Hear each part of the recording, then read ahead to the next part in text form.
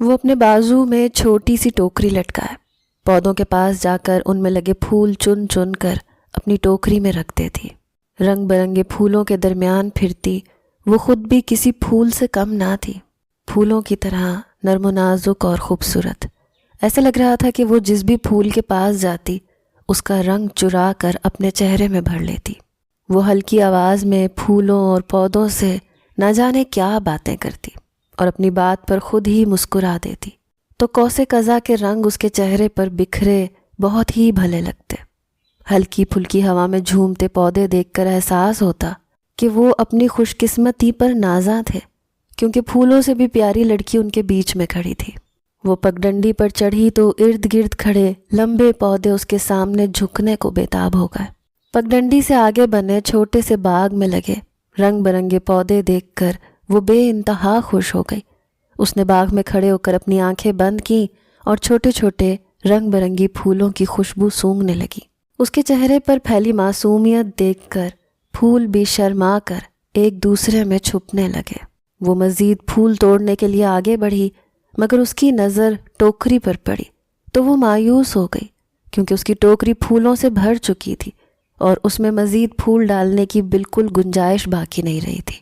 وہ اپنے سامنے مختلف طرح کے کھلے پھول دیکھ کر بے چین تھی۔ اس نے فوراً ادھر ادھر کسی ایسی چیز کی تلاش میں نگاہ دوڑائی جس میں وہ مزید پھول اکٹھے کر سکے۔ اس کی فکر اور کھوج اس کے چہرے سے عیاں تھی۔ ادھر ادھر نگاہ دوڑاتے ہوئے اس کی نظر مجھ پر پڑی اور مجھے اپنی طرف محویت سے دیکھتا پا کر وہ میری جانب بڑھائی۔ اسے اپنی جانب آتا دیکھ کر میں نے فوراً ہی اپنی نظروں کے ساتھ ساتھ اپنا رخ بھی پھیرا اور بیگانگی اور لاپرواہی کے سارے ریکارڈ توڑنے کی بیکار سی کوشش کی۔ سنیے، اس نے اپنی مدھم آواز میں پکارا تو ارد گرد جھنکار سی جل ترنگ بج اٹھی۔ جی فرمائیے۔ میں فوراً ہی دل و دماغ سمیت اس کی جانب متوجہ ہوا۔ میرا دل چاہا کہ اپنے کان ہی اتار کر ہتھیلی پر رکھ کر اس کے لبوں کے سامنے کر دوں، تاکہ اس کی آواز اور بات کا ایک حرف بھی انسنا نہ ہو پائے۔ یہاں پر کوئی ایسی ٹوکری ملے گی جس میں مزید پھول اکٹھے کر پاؤں؟ اس نے اپنے بازو میں لٹکی ٹوکری کی طرف اشارہ کرتے ہوئے کہا۔ میرے بس میں ہوتا تو پھولوں کو اکٹھا کرنے کے لیے میں اپنا دامن اسے پیش کر دیتا۔ میں اپنا دامن پھیلا کر اس کے ساتھ ساتھ چلتا رہتا اور وہ اپنی پسند اور مرضی کے پھول چن چن کر میرے دامن میں ڈالتی جاتی۔ واپسی پر میں انہی پھولوں کا ہار بنا کر اس کے گلے میں لٹکا دیتا، مگر میں نے اپنے دل کی خواہش کو دل میں چھپانا ہی مناسب سمجھا اور اپنے پیچھے بنے چھوٹے سے حجرے میں رکھی ٹوکری لا کر اس کے ہاتھ میں تھما دی۔ وہ ٹوکری لیے دوبارہ سے پھول چننے کے اپنے پسندیدہ مشغلے میں مگن ہو گئی، جبکہ میں اسے تکنے کا اپنا پسندیدہ مشغلہ جاری رکھا۔ میرا نام شاہمیر ہے۔ میں اپنے والدین کا تقریباً بگڑا ہوا بیٹا تھا۔ ہم دو ہی بھائی تھے۔ میرے بڑے بھائی اور میری عمر میں تقریباً 5 سال کا فرق تھا۔ میرے والدین کا شمار شہر کے امیر ترین لوگوں میں ہوتا، مگر مجھے نہ ان کی شہرت کی کوئی پرواہ تھی نہ دولت کی۔ میں اپنی ڈگر پر ہی چلتا خوشی محسوس کرتا۔ مجھے چونکہ آنکھ کھولتے ہی سب کچھ میسر تھا، شاید اسی لیے مجھے اپنے ماں باپ کی گئی محنت کا اندازہ نہیں تھا، جو وہ میری پرورش اور تربیت کے لیے دن رات ایک کرنے میں لگے رہتے۔ مجھے لگتا کہ وہ اپنی زندگیوں میں اس قدر مصروف ہیں کہ ان کے پاس اپنے بیٹے کو دینے کا بھی وقت نہیں۔ میرے پاس ملازموں کی ایک لمبی قطار تھی جو میری خدمت کو ہر وقت میسر رہتے، مگر مجھے پھر بھی اپنے والدین سے شکوہ تھا۔ میرے والد شہر کی مشہور سیاسی شخصیت تھے اور شہر میں ان کی اچھی خاصی جان پہچان تھی۔ ان کا کہنا تھا کہ میں بھی ان کا نام روشن کرنے کے لیے ان کی سیاسی جماعت میں شمولیت اختیار کر لوں اور ان کے نقش قدم پر چلوں، مگر مجھے نہ تو ان کی جماعت میں کوئی دلچسپی تھی اور نہ ہی ان کا نام روشن کرنے کی کوئی فکر۔ ان کا نام میرے بغیر بھی کافی روشن تھا۔ حال البتہ انہیں یہ فکر ضرور کرنی چاہیے تھی کہ کہیں میری وجہ سے ان کی جماعت کا نام بدنام نہ ہو جائے۔ میرا بڑا بھائی شاہزیب ہر لحاظ سے میرے اماں بابا کی امیدوں پر پورا اترتا۔ وہ بابا کے ساتھ شانہ بشانہ کھڑا ہوتا تو بابا کا سینہ فخر سے پھول جاتا۔ اس نے بابا کو کسی بھی چیز میں کبھی تنگ نہیں کیا اور فرما برداری میں کبھی کوئی کسر نہیں چھوڑی۔ اس نے اپنی تعلیم مکمل کرتے ہی بابا کی جماعت میں شمولیت اختیار کی اور بابا کا بازو بن گیا۔ بابا اس کا موازنہ میرے ساتھ کرتے تو مجھے بہت برا لگتا، لہٰذا مجھے اپنے بھائی سے بھی چڑ ہونے لگی۔ میں بچپن سے ہی تھوڑا خود غرض اور ضدی واقعہ ہوا تھا۔ میرے گھر والوں سے بڑھتی دوری اور میرے مزاج میں غصے کا عنصر غالب آنے کے سبب بابا نے مجھے بیرون ملک بھیجنے کا فیصلہ کیا۔ ان کا خیال تھا کہ میں وہاں اکیلا رہ کر اور تعلیم میں مصروف ہو کر کافی حد تک سدھر جاؤں گا۔ مجھے نہیں معلوم کہ وہ اپنے اس قیاس میں کس حد تک درست ثابت ہوئے، تاہم میں نے وہاں جا کر کسی سے کوئی زیادہ رابطہ نہ رکھا اور اپنے آپ کو تعلیم میں ہی غرق کر لیا۔ میری کئی مہینے گھر والوں سے بات نہ ہو پاتی۔ اماں ابا کی چونکہ اپنی مصروفیت تھی، لہٰذا انہوں نے بھی مجھے میرے حال پر چھوڑنے کا فیصلہ کر لیا۔ تم یہاں بیٹھے ہو، میں تمہیں کب سے پوری یونیورسٹی میں ڈھونڈ رہی ہوں، اور تمہارا موبائل فون بھی کب سے بند جا رہا ہے۔ میں کیفیٹیریا میں بیٹھا اپنے کھانے سے لطف اندوز ہو رہا تھا کہ سمیہ چلی آئی اور آ کر میرے برابر میں کرسی گھسیٹ کر بیٹھ گئی۔ خیریت ہے؟ تم مجھے پوری یونیورسٹی میں کس خوشی میں ڈھونڈ رہی تھی؟ میں نے بھویں اچکاتے ہوئے طنزیہ لہجے میں پوچھا۔ ارے مجھے تم سے بہت ضروری بات کرنی تھی، اس نے میرے لہجے کو مکمل طور پر نظر انداز کرتے ہوئے کہا۔ میرے بابا کل شام کی فلائٹ سے یہاں آ رہے ہیں اور میں تمہیں ان سے ملوانا چاہتی ہوں۔ اس کی خواہش پر میں نے حیرت سے اسے اوپر سے لے کر نیچے تک دیکھا۔ میں تمہارے بابا سے پہلے ہی ملا ہوا ہوں اور میرا خیال ہے وہ مجھے اچھی طرح جانتے ہیں۔ میں نے بغیر کسی جوش و جذبے کے اسے سیدھا جواب دیا۔ یہ میری طرف سے میرا صاف انکار تھا، مگر وہ سمجھنے والوں میں سے نہ تھی۔ ارے بابا جانتے تو ہیں، پر میں تمہیں خاص طور پر ملوانا چاہتی ہوں، کچھ تو سمجھا کرو۔ وہ گویا ہوئی تو میرا دل چاہا کہ اس کی ڈھٹائی پر اپنا ہی سر پیٹ ڈالوں۔ میں جانتا تھا کہ وہ مجھے خاص طور پر کیوں ملوانا چاہتی تھی، مگر وہ سمجھنے کو تیار نہیں تھی کہ میں ملنا بھی چاہتا تھا کہ نہیں۔ ضد اور ہٹ دھرمی میں وہ بھی بالکل مجھ پر ہی گئی تھی۔ اپنا کھانا ختم کرتے ہی میں چپ چاپ وہاں سے اٹھ کر چل دیا، جبکہ وہ پیچھے سے مجھے آوازیں دیتی رہ گئی۔ سمیہ نہ صرف یونیورسٹی میں میری ہم جماعت تھی، بلکہ اس کے والد اور میرے والد آپس میں گہرے دوست تھے۔ اس کے والد کا شمار بھی ملک کے چند نامی گرامی سیاستدانوں میں ہوتا تھا، اور وہ اپنے والدین کی اکلوتی نخریلی اولاد تھی۔ سمیہ کا ہمارے گھر میں بچپن سے آنا جانا تھا، لہٰذا اس کے والدین مجھے اچھی طرح جانتے تھے، اور آج اپنے والد سے بطور خاص ملوانے کا اس کا مطلب میں بخوبی سمجھتا تھا، مگر میں اس کو کسی قسم کی خوش فہمی میں ڈالنا یا امید کا کوئی بھی سرا پکڑانا نہیں چاہتا تھا۔ انتہائی ذہین اور قابل سمیہ، جو خوبصورتی میں بھی کسی سے کم نہ تھی، مجھے ایک آنکھ نہیں بھاتی تھی، لہٰذا میں اس کی بے تکی باتوں کو ہمیشہ نظر انداز کر دیا کرتا۔ میری یونیورسٹی کی تعلیم مکمل ہوتے ہی میں گھر لوٹ آیا۔ بابا کا خیال تھا کہ مجھے سنجیدگی کے ساتھ اپنے مستقبل کے بارے میں سوچنا چاہیے، لہٰذا مجھے ان کے دفتر کو سنبھالنے میں ان کا ساتھ دینا چاہیے۔ میں اپنے کمرے میں لیٹا موبائل پر گیم کھیلنے میں مصروف تھا کہ مجھے دروازے پر دستک کی آواز سنائی دی۔ میں بابا کو دیکھتے ہی اٹھ کر بیٹھ گیا۔ آ جائیں بابا، میں نے ان کو اندر آنے کی اجازت دی تو وہ بستر کے سامنے والے صوفے پر بیٹھ گئے۔ بابا مجھے دفتر میں آنے کا تو کافی دن سے کہہ رہے تھے، مگر میں اپنی عادت کے پیش نظر ان کی یہ بات بھی نظر انداز کرتا جا رہا تھا۔ یقیناً آج کوئی خاص بات تھی جو بابا کو میرے کمرے میں آنا پڑا۔ سلطان سکندر نے اپنی بیٹی سمیہ کا رشتہ تم سے طے کرنے کی بات کی ہے۔ بابا کی بات سن کر میں ذرا نہ چونکا، کیونکہ مجھے پہلے ہی اس بات کا اندازہ تھا۔ سمیہ تعلیم مکمل کرتے ہی واپس اپنے ملک لوٹ آئی تھی۔ یقیناً اس نے مجھے چین سے نہ بیٹھنے دینے کا بیڑا اٹھا رکھا تھا۔ سلطان سکندر کی ملک میں پہچان سے تم بخوبی واقف ہو۔ اس کا اکلوتا داماد بننا یقیناً تمہارے لیے کسی اعزاز سے کم نہیں ہوگا۔ اپنے بابا کے الفاظ سن کر اب میں چونک گیا، یعنی میری اپنی کوئی پہچان نہ تھی۔ چلو ابھی تو میں نے پھر بھی عملی زندگی میں قدم نہیں رکھا تھا، لیکن کیا بابا مستقبل میں بھی مجھے کسی اعلیٰ مقام پر دیکھنے کی بالکل امید نہیں رکھتے تھے؟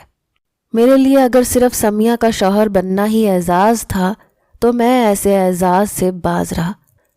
کاروباری انڈسٹری میں بھی سمیہ کا بابا آپ انہیں صاف صاف منع کرتے۔ میں سمیہ سے شادی کے لیے کسی طور راضی نہیں۔ میں نے بابا کی بات بیچ میں کاٹ کر اپنا فیصلہ انہیں سنا دیا۔ ایک لمحے کو اپنی بات کاٹے جانے پر بابا ساکت رہ گئے۔ میں ان کی آنکھوں میں ابھرتا ہوا غصہ صاف محسوس کر سکتا تھا، مگر انہوں نے اپنے غصے پر قابو رکھتے ہوئے مجھ سے وجہ پوچھی۔ تم جانتے ہو اس کو انکار کرنے کا کیا مطلب ہے؟ وہ کاروباری انڈسٹری میں مجھے تباہ و برباد کر کے رکھ دے گا۔ میرے مستقبل کی فکر سے زیادہ بابا کو اپنے پھیلے ہوئے کاروبار کے تباہ ہونے کا خطرہ تھا، جو کہ سلطان سکندر جیسا با اثر شخص آسانی سے کر سکتا تھا۔ وہ آپ کا مسئلہ ہے، میرا نہیں۔ میں آپ کے کاروبار کی وسعت کی خاطر اپنی زندگی برباد نہیں کرنا چاہتا۔ میری دو ٹوک بات سن کر ان کا ضبط جواب دے گیا اور وہ غصے میں اٹھ کھڑے ہوئے۔ تم سمجھتے کیا ہو اپنے آپ کو؟ تمہیں اپنی زندگی سنوارنے کا ایک سنہری موقع مل رہا ہے اور تم صرف اپنی ضد کی وجہ سے اس موقع کو گنوا رہے ہو۔ آپ میرے بجائے شاہ زیب کا رشتہ کر کے اس کی زندگی کیوں نہیں سنوار دیتے؟ وہ ویسے بھی مجھ سے بڑا ہے اور ابھی تک کنوارا ہے۔ میں نے بھی انہی کے انداز میں غصے میں بڑی ہی بے تکی بات کہہ دی۔ ظاہر ہے سمیہ کا رشتہ میرے لیے تھا، نہ کہ شاہ زیب کے، اور میں یہ جانتا تھا کہ شاہ زیب بھی بابا کی طرح بہت ہی موقع پرست انسان تھا۔ اگر سمیہ کا رشتہ اس کے لیے آتا تو وہ اپنی رضامندی ظاہر کرنے میں 1 منٹ کی بھی دیر نہ لگاتا۔ بابا غصے میں مجھے برا بھلا سنا رہے تھے کہ ابھی مجھے سب کچھ بیٹھے بٹھائے کھانے کو مل رہا ہے، اسی لیے مجھ میں اتنی اکڑ اور ضد ہے۔ اگر میں اپنے 1 دن کا بھی کھانا کما کر کھاؤں تو مجھے پتہ لگ جائے گا۔ بابا کا رویہ میرے ساتھ دن بدن خراب ہوتا جا رہا تھا۔ سمیہ کے رشتے سے انکار پر وہ بہت زیادہ غصے میں تھے، لہٰذا سیدھے منہ مجھ سے بات کرنا پسند نہ کرتے۔ میں بھی ویسے تو گھر میں کم سے کم ہی کسی سے بات کرتا تھا، لہٰذا میں نے اپنی اکڑ کم کرنے کے بجائے وہاں سے فرار اختیار کی اور بھاگ کر گاؤں آ گیا تاکہ کوئی مجھ پر اس رشتے کے لیے دباؤ نہ ڈال سکے۔ گاؤں میں بابا کی بے تحاشا زمینیں تھیں۔ بابا بنیادی طور پر اسی گاؤں سے تعلق رکھتے تھے۔ بابا کا پھولوں کا کاروبار تھا۔ انہوں نے بیرون ملک سے رنگ برنگے اور مختلف پودوں کے بیج درآمد کر کے پھولوں کے باغات بنا رکھے تھے۔ یہ پھول عام طور پر محفلوں کی سجاوٹ کے لیے استعمال ہوتے۔ گاؤں میں میرے لیے سب سے اچھی بات دادی کا وجود تھا۔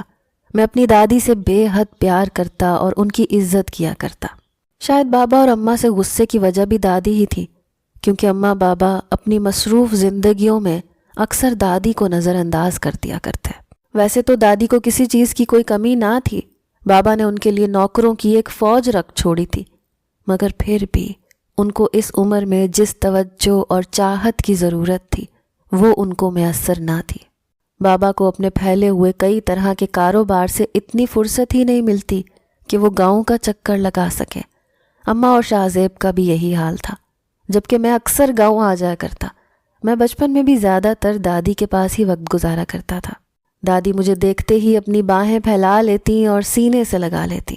ان کی گود میں چھپ کر جو سکون ملتا تھا وہ مجھے کبھی اماں کی باہوں میں بھی نہ ملا۔ میں بچپن سے جوانی میں قدم رکھ چکا تھا، مگر دادی کا میرے لیے پیار کم نہ ہوا۔ وہ مجھے آج بھی اسی انداز میں ملا کرتی جیسے بچپن میں ملتی تھی۔ میں گاؤں آیا تو سب سے پہلے دادی سے ہی ملنے پہنچا۔ دادی مجھے دیکھ کر خوش ہوئیں، میرا ماتھا چوم لیا۔ میں اگلے ہی دن پھولوں کے باغات میں پہنچ گیا۔ وہاں بیٹھ کر رنگ برنگے نئے مختلف اقسام کے پھولوں کا جائزہ لینے لگا۔ تبھی وہ نازنی نہ جانے کہاں سے نمودار ہوئی اور پھول توڑنے میں مگن ہو گئی۔ میں اس کو دیکھتا ہی رہ گیا۔ وہ بے تحاشا خوبصورت تھی۔ سفید دوپٹے میں لپٹی ہوئی مجھے وہ کسی حور سے کم نہ لگی۔ میں نے ایسی معصومیت آج تک کسی لڑکی کے چہرے پر کبھی نہیں دیکھی تھی۔ میں اس کی معصومیت پر فدا ہو گیا۔ میک اپ زدہ چہروں کے ساتھ مہنگے لباس پہنے اور ٹک ٹک کرتی ہیل پہنی ہوئی لڑکیوں سے میں بیزار تھا۔ وہ پھولوں کی 2 ٹوکریاں بھر کر اپنی راہ ہو لی، جبکہ میں بھی چونک کر اس کے پیچھے لپکا۔ سامنے موجود باغ کے رکھوالے کو دیکھ کر میں رک گیا۔ یہ کون ہے جو پھولوں کی ٹوکریاں بھر کر لے جا رہی ہے؟ میں نے رکھوالے سے اس کی بابت پوچھا تو وہ بولا کاکی کو اپنے کسی کالج کے کام کے لیے پھول چاہیے تھے، تو میں نے اسے اجازت دے دی تھی کہ وہ اپنی مرضی کے کچھ پھول لے جائے۔ مالی نے اپنی زبان میں مجھے اس کے پھول توڑنے کا مقصد سمجھایا تو میں سر ہلا کر گاڑی کی طرف بڑھ گیا۔ وہ مجھے راستے میں ہی مل گئی۔ شاید وہ اپنے بھائی کے ساتھ پھول توڑنے آئی تھی، اسی لیے پیدل ہی اپنے گھر کی طرف جا رہی تھی۔ میں خاموشی سے اس کا پیچھا کر کے اور اس کا گھر دیکھ کر واپس پلٹ آیا۔ مجھے اس لڑکی کے بارے میں معلومات اکٹھے کرنے میں زیادہ وقت نہ لگا۔ اس کا نام مقدس تھا۔ وہ گاؤں کے قریبی کالج میں پڑھ رہی تھی۔ اس کا باپ سرکاری اسکول ماسٹر تھا۔ وہ گھر میں اپنے چھوٹے بھائی اور باپ کے ساتھ رہتی تھی۔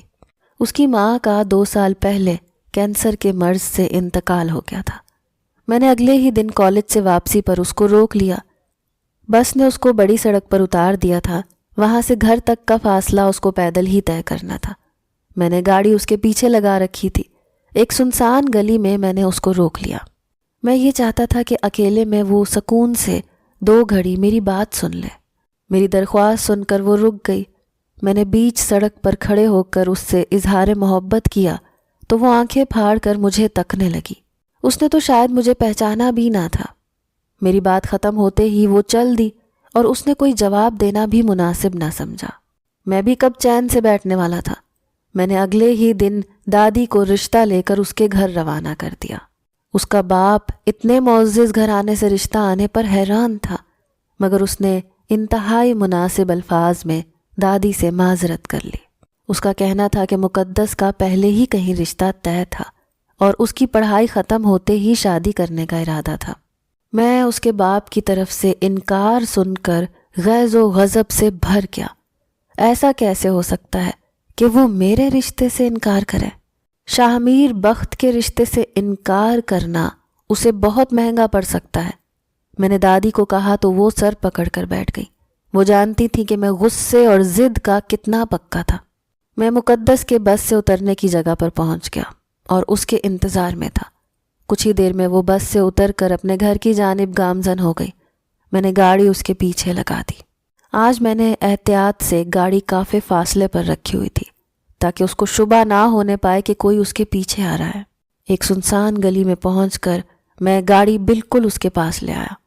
وہ میری گاڑی دیکھ کر ایک دم پریشان ہو گئی۔ میں نے دروازہ کھول کر اس کو نرم انداز میں سلام کیا تو اس نے بھی جواب دیا، مگر وہ جلدی سے آگے بڑھ گئی۔ بات تو سنے، میں نے اس کو آواز دے کر روکا، مگر وہ نہ رکی اور تیز تیز قدم بڑھاتی آگے بڑھتی رہی۔ میرے پاس اس کے سوا کوئی چارہ نہ تھا۔ وہ مجھے خود ہی سختی پر مجبور کر رہی تھی۔ میں گاڑی سے اترا تو میرے ہاتھ میں پستول تھی۔ میں نے پستول کا رخ اس کی طرف کیا تو اس کے چہرے سے اس کی گھبراہٹ بالکل واضح تھی۔ گاڑی میں بیٹھو، میں نے اسے گاڑی میں بیٹھنے کا اشارہ کیا۔ اس نے فوراً ادھر ادھر دیکھا کہ کسی کو مدد کے لیے پکار سکے، مگر دور دور تک کوئی نہ تھا۔ مجبوراً وہ ہچکچاتے ہوئے گاڑی میں بیٹھ گئی۔ میں نے گاڑی پوری رفتار سے بھگا دی اور گاڑی کا رخ شہر کی جانب موڑ دیا۔ میں راستہ بھر اس سے نرم آواز اور میٹھے لہجے میں باتیں کرتا رہا تاکہ اس کا ڈر غائب ہو سکے، مگر وہ پھر بھی چپ تھی۔ آپ مجھے کہاں لے کر جا رہے ہیں؟ بالآخر اس نے ہمت کر کے کانپتی آواز میں پوچھا۔ فکر نہ کرو، میں تمہیں نقصان نہیں پہنچاؤں گا، میں تو بس تم سے شادی کا خواہش مند ہوں۔ میں نے اس کے چہرے کی طرف دیکھا تو حیران رہ گیا۔ اس کے چہرے پر بے پناہ ڈر، خوف تھا، جبکہ آنسوؤں نے اس کے پورے چہرے کو بھگو دیا تھا۔ میں ایک دم ہوش کی دنیا میں آیا۔ یہ میں کیا کرنے جا رہا تھا؟ میں عشق کی انتہا تک اس لڑکی سے پیار کرتا تھا۔ میں اسے اس طرح بے مول اور رسوا نہیں کر سکتا تھا۔ میں نے اسی وقت گاڑی واپس دوڑائی اور گاؤں کا رخ کیا۔ میں چاہتا تھا کہ کسی کو بھی پتہ چلنے سے پہلے میں اسے واپس گاؤں میں پہنچا دوں۔ میں شیشے میں اس کے چہرے کا جائزہ لے رہا تھا۔ وہ دوبارہ سفر شروع ہونے پر حیران تھی۔ میں نے گاڑی گاؤں کے راستے پر ڈالی تو مجھے اس کے چہرے پر اطمینان دکھائی دیا۔ میں اس سے نکاح کرنا چاہتا تھا اور شادی کا خواہش مند تھا، مگر میں نے جو طریقہ اپنانے کا سوچا تھا وہ کسی طور صحیح نہیں تھا۔ خدا کا شکر تھا کہ مجھے وقت پر عقل آ گئی اور میں اس کو واپس لے آیا۔ میں نے اس سے معافی مانگتے ہوئے اسے اس کے گھر کے دروازے کے آگے اتار دیا اور گاڑی وہاں سے بھگا لے گیا۔ میں نے فیصلہ کر لیا تھا کہ میں مقدس کا دل اپنے لیے نرم کر کے ہی رہوں گا، چاہے اس کے لیے مجھے کچھ بھی کرنا پڑے، اور میں اس کو اپنی محبت میں مبتلا کر لوں گا۔ میری محبت اتنی کمزور نہ تھی کہ اس کے دل کے دروازے نہ کھٹکھٹا سکے۔ میں جانتا تھا کہ میرے دل کا راستہ اس کے دل کے راستے ضرور ڈھونڈ لے گا۔ دادی بھی میرے لیے اس لڑکی کو حاصل کرنے کی کوششوں میں لگی رہیں۔ وہ چاہتی تھی کہ میں اپنی پسند کی لڑکی سے شادی کر سکوں، لہٰذا وہ کئی بار اس کے باپ کو منانے میں لگی رہیں اور اس کو بھی بے پناہ دولت اور سرمایہ کی بھی پیشکش کی۔ بالآخر میں مقدس کا دل جیتنے میں کامیاب ہو گیا۔ وہ جانتی تھی کہ میں اس دن کچھ بھی کر سکتا تھا اور زبردستی اس سے نکاح بھی کروا سکتا تھا، مگر میں اسے واپس لے آیا تھا تو وہ میری شرافت تھی۔ مقدس کے باپ نے مقدس کی شادی میرے ساتھ کرنے کے لیے منظوری دے دی۔ دادی نے گھر آ کر مجھے خبر سنائی تو میں خوشی سے بھنگڑے ڈالنے لگا۔ دادی نے مقدس کے باپ کے بینک اکاؤنٹ میں اتنے پیسے بھر دیے تھے کہ انہوں نے دوبارہ کبھی کسی بات پر اعتراض نہ کیا۔ میں نے اپنا ایک کاروبار شروع کیا اور اللہ تعالیٰ نے میرے کاروبار میں اس قدر برکت ڈالی کہ مجھے دن دگنی رات چگنی ترقی ملی اور میں اپنے کاروبار کو مزید پھیلاتا رہا۔ یہ کاروبار میں نے بابا کی مدد کے بغیر شروع کیا تھا، تاہم دادی کی مدد ضرور حاصل کی تھی۔ میں نے انہی کی کوئی زمین بیچ کر اس میں پیسہ لگایا تھا، مگر میرے رب نے مجھے مایوس نہیں کیا تھا اور میرا کاروبار پھیلنے لگا تھا۔ بابا مقدس کے ساتھ میری شادی پر کسی طور خوش نہیں تھے۔ ان کو لگتا تھا کہ مقدس کے ساتھ شادی کر کے میں نے گھاٹے کا سودا کیا تھا، مگر میں اسے اپنی زندگی میں پا کر بے حد خوش تھا۔ مجھے تو اپنی قسمت پر یقین نہیں آتا تھا کہ مقدس جیسی لڑکی میری بیوی تھی۔ میری زندگی میں آسودگی اور سکون آ گیا تھا۔ مقدس بھی میرے ساتھ خوش تھی۔ ہمارا وقت بہت اچھا گزر رہا تھا۔ اللہ نے ہمیں ایک بیٹا اور ایک بیٹی سے نواز کر ہماری زندگی بالکل مکمل کر دی۔ مقدس کا والد اور اس کا بھائی بھی کبھی کبھار اس سے ملنے چلے آتے۔ ان کی مالی حالت کافی حد تک بدل گئی تھی۔ انہوں نے بھی گاؤں کا گھر چھوڑ کر شہر میں ایک اچھا سا گھر خرید لیا تھا، اور یہ سب دادی کی بدولت ہی ممکن ہوا تھا۔ میں مقدس کے ساتھ اس قدر آسودہ تھا کہ میں اس کی پریشانی سمجھ ہی نہ پایا۔ مجھے لگا تھا کہ اس نے اس رشتے کو دل سے قبول کر لیا ہے اور وہ میرے ساتھ ہنسی خوشی زندگی گزار رہی ہے، مگر شاید ایسا نہیں تھا۔ اس کی آنکھوں کی اداسی اور اس کے چہرے کی پھیکی مسکراہٹ پر تو میں دھیان ہی نہ دے پایا اور اپنی زندگی میں مگن رہا، مگر جب تک معلوم ہوا تو بہت دیر ہو گئی تھی۔ میں محسوس کر رہا تھا کہ کچھ دنوں سے مقدس کی طبیعت کافی گری گری سی تھی۔ میں اس سے کئی دفعہ پوچھ چکا تھا کہ سب خیریت تو ہے، پر اس نے مجھے کچھ نہ بتایا۔ ایک دن وہ باورچی خانے میں کھانا لینے گئی تو وہیں گر کر بے ہوش ہو گئی۔ اسے یوں پڑے دیکھ کر میرا دل کانپ گیا اور میرے چہرے پر ہوائیاں اڑ گئیں۔ میں اسے جتنا جلدی لے جا سکتا تھا لے کر ہسپتال کی طرف بھاگا۔ اسے ہسپتال میں داخل کر لیا گیا۔ اس کے کچھ ٹیسٹ تجویز کیے گئے۔ اس کے ٹیسٹ کی رپورٹ شام تک آنی تھی۔ میں اس کا ہاتھ پکڑ کر بیٹھا ہوا تھا۔ مقدس، تمہاری طبیعت اتنی خراب تھی تو تم نے مجھے پہلے کیوں نہیں بتایا؟ میں تمہیں چیک اپ کے لیے لے کر آتا۔ میں جانتی ہوں میں بچ نہیں پاؤں گی۔ وہ بولی تو میرے سر پر آسمان ٹوٹ کر گر پڑا۔ یہ کیا کہہ رہی ہو تم؟ میں نے حیرت سے پوچھا۔ مایوسی کی باتیں کرنے کی ضرورت نہیں ہے، ایسا کچھ نہیں ہوگا، تمہارے ٹیسٹ بالکل ٹھیک آئیں گے، تم پریشان مت ہو۔ میں جانتی ہوں میری رپورٹ کیا آنی ہے، وہ بولی تو میں ایک دفعہ پھر حیرت میں ڈوب گیا۔ میں بچپن سے ہی کینسر جیسے مرض میں مبتلا تھی۔ میری ماں بھی کینسر کے مرض سے ہی بھری جوانی میں جاں بحق ہو گئی تھی۔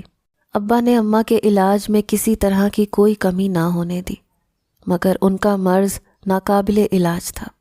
ڈاکٹر نے ابا کو بتا دیا تھا کہ میں اتنے سال تک زندہ رہوں گی اور اس کے بعد باوجود علاج کے نہیں بچ پاؤں گی، کیونکہ جب تک کینسر میری رگوں میں پوری طرح سرایت کر جائے گا۔ میں جانتی تھی کہ میری زندگی بہت کم ہے، میں آپ کو بتانا بھی چاہتی تھی، مگر ابا پیسوں کے لالچ میں آ گیا۔ اس نے مجھے آپ کو بتانے سے منع کر دیا، لہٰذا میں آپ کو نہ بتا پائی۔ ویسے بھی میری طبیعت بالکل ٹھیک رہتی تھی، اس لیے مجھے لگا کہ میرا مرض ختم ہو گیا ہے اور میں ٹھیک ہو جاؤں گی، مگر اب اس بیماری نے مجھ پر دوبارہ سے حملہ کر دیا ہے اور مجھے لگتا ہے کہ میں نہیں بچ پاؤں گی۔ میں نے آپ کے ساتھ بہت اچھا وقت گزارا، مجھے نہ زندگی سے اور نہ ہی آپ سے کوئی شکوہ ہے۔ آپ میرے بچوں کا بہت خیال رکھیے گا، انہیں ماں کی کمی محسوس نہ ہونے دیجیے گا۔ میں اپنی بیوی کی باتیں سن کر بہت پریشان ہو گیا۔ بے چینی سے رپورٹ کے آنے کا انتظار کرنے لگا۔ میں مقدس کی رپورٹ ہاتھ میں پکڑے ہکا بکا بیٹھا تھا۔ مجھے بالکل سمجھ نہیں آ رہی تھی کہ میں کیا کروں اور کس طرح اپنی جان سے پیاری بیوی اور اپنے بچوں کی ماں کو بچا لوں۔ اس کی بات بالکل درست تھی۔ اس کی بچپن کی بیماری ایک بار پھر سے سر اٹھا کر اس کے تمام وجود کو اپنی لپیٹ میں لے چکی تھی۔ میں نے اپنی بیوی کے علاج پر پانی کی طرح پیسہ بہانا شروع کر دیا۔ اسے بیرون ملک جدید علاج کے لیے بھی لے جانے کی تیاری کرنے لگا۔ میں نہیں چاہتا تھا کہ میں اس کے علاج میں کسی قسم کی کوئی کمی رکھوں یا اس کو کسی کوتاہی کا شکار بننے دوں۔ مقدس کو نایاب قسم کا مرض لاحق تھا جو کروڑوں لوگوں میں سے صرف ایک کو ہی ہوتا تھا۔ اس کی ماں کو بھی وہی بیماری تھی اور اس کے بچنے کے چانسز نہ ہونے کے برابر تھے۔ میں نہیں جانتا تھا کہ مقدس مجھے اتنی جلدی چھوڑ کر چلی جائے گی، اور نہ ہی میں ایسا چاہتا تھا۔ میں ساری زندگی اسے اپنے ساتھ دیکھنا چاہتا تھا، مگر میری مرضی سے کچھ نہیں ہو سکتا تھا۔ ہونا وہی تھا جو رب کی مرضی تھی۔ میں آنسو بہاتا اپنے رب کی بارگاہ میں حاضر ہوا، اپنے گناہوں کی معافی مانگتے ہوئے اس سے مقدس کی بیماری کو دور کرنے اور مقدس کو ہمیشہ ہمیشہ کے لیے اس مرض سے جان دینے کی دعا کی۔ میں رب کے آگے سجدہ ریز ہو کر گڑ گڑاتے ہوئے مقدس کی زندگی کی دعا مانگنے لگا۔ اس کے باہر جانے کا انتظام ہو گیا تھا۔ میں اسے بیرون ملک لے گیا، اس کا علاج جاری رکھا۔ مسلسل اور لگاتار اور مناسب علاج سے مقدس کی صحت میں کافی فرق پڑا تھا۔ اس کی جسمانی کمزوری کافی حد تک دور ہو گئی اور وہ اپنی بیماری کے خلاف جنگ لڑنے پر آمادہ ہوئی۔ مقدس کی صحت میں فرق پڑا تو وہ خود بھی اپنی بیماری کے خلاف جنگ لڑنے کے لیے پر امید ہوئی، مگر ساری کی ساری امیدیں دم توڑ گئیں۔ مقدس کے اتنے علاج کے سبب ہم اس کو صرف کچھ سال ہی بچا سکے۔ بیماری کا دوبارہ حملہ بہت شدید تھا اور جان لیوا ثابت ہوا۔ ایک دن مقدس ہم سب کو روتا بلکتا چھوڑ کر اپنے مالک حقیقی سے جا ملی۔